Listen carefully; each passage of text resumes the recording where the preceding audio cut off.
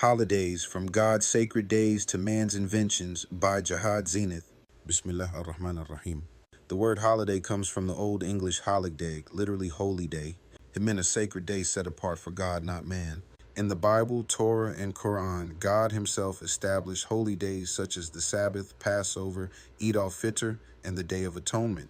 Philosopher Augustine summarized it well. Holy days were instituted by God to remind us of his presence. Yet over centuries, humanity shifted. Instead of keeping God's days, people created their own: emperor birthdays in Rome, saint commemorations in Christianity, and national holidays for cultural heroes. Philosopher Nietzsche warned, history is the story of people replacing gods with other people. Christmas, a case study. No holiday better illustrates this shift than Christmas, now the biggest holiday in America. Pagan roots. Before Christianity, Rome celebrated Saturnalia with feasting and gift-giving. Germanic tribes honored Yule with bonfires and tree rituals. To absorb these festivals, Pope Julius I, 341 CE, fixed December 25th as the birth of Christ, though the Bible gives no such date. Banned as pagan. For centuries, Christmas was condemned as unholy. In England, Puritan leader Oliver Cromwell banned it in 1647. In colonial America, Massachusetts outlawed it from 1659 to 1681, fining anyone caught celebrating. To many, it was pagan chaos, not Christian worship. Rebranded as religious, by the 1800s, Christmas was reimagined. Writers like Charles Dickens promoted it as a family and charity day. Churches embraced it with hymns and nativity plays. In 1870, the U.S. made it a federal holiday. Commercialized and exported, in the 20th century, Christmas became a global industry. Santa Claus, shaped by St.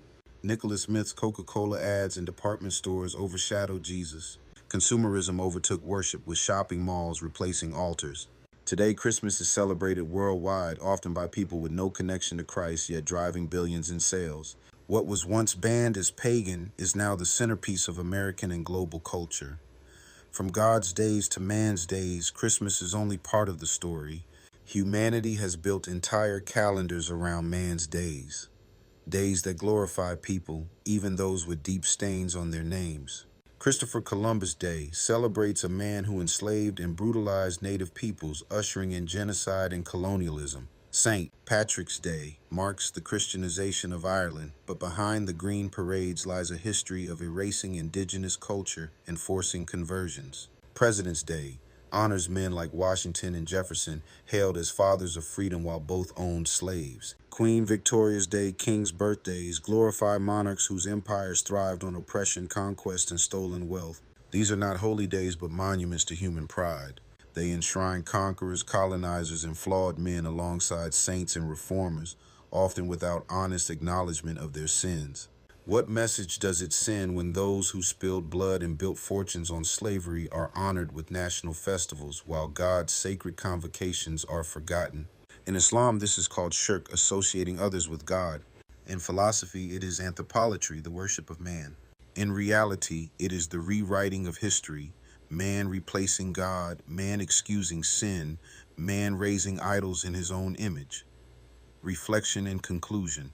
Once holidays were sacred convocations, but now they are too often sales, feasts, and parades. Voltaire observed, most holidays are pagan in origin, Christianized later.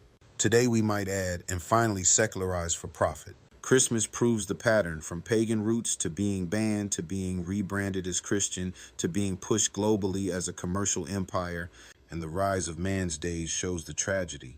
We celebrate conquerors, slaveholders, and flawed men with more passion than we celebrate the creator of heaven and earth. The question is not only what we celebrate, but who we celebrate. Will we return to the sacred days God ordained, or continue to honor oppressors, profit seekers, and fallen men, replacing the creator with the creation?